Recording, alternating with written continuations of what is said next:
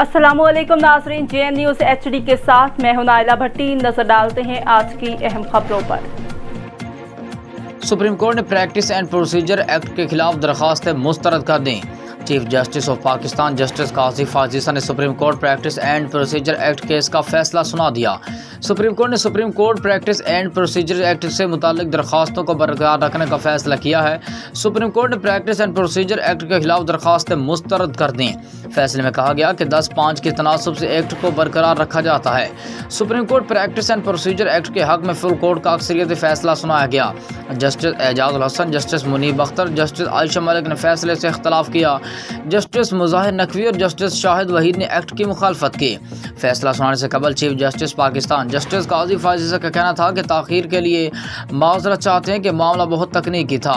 पहले आज का हुक्मनामा पढ़कर सुनाऊंगा। इससे कबल supreme court practice and procedure act case की समाअत मुकम्मल होने के बाद केस का फैसला महफूज कर लिया गया था।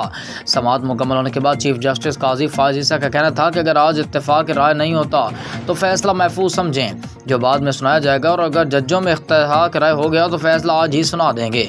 चीफ जस्टिस पाकिस्तान काजी फाजिसा की सरबराही में फुल कोर्ट ने समाअत की थी।